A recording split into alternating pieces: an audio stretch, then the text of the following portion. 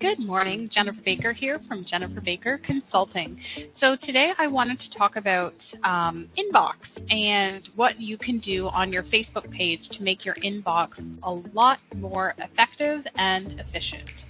So I want to show you on the right-hand side of the screen, you can see a little pop-up that it's got a few frequently asked questions. And you may notice this every once in a while. You go to a page and you see questions, but normally the questions are, is there somebody here?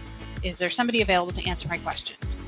You can actually update all of these to your frequently asked questions. So that may be content related to how your business practices have changed since COVID. It may be redirecting people to a landing page that has more information about a sale or a special, or it may be simply redirecting people to your e-commerce site. So I'm going to show you how you can update this, what's called automated responses for your inbox. So from your Facebook page, and right now my page is previewing the old Facebook. So my inbox is currently in the top navigation menu. So you can see up here I've got inbox. So I'm going to click on that.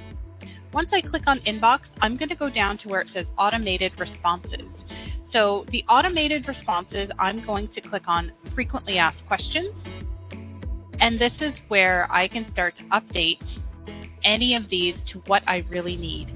So I've got, can I get some assistance with my social media problem? When people tap that or click that, the automated response, which is optional, you can put in information here. So I say, just yes, I have packages available. And then I actually have a button that people can click on that will bring them over to my virtual consultation page.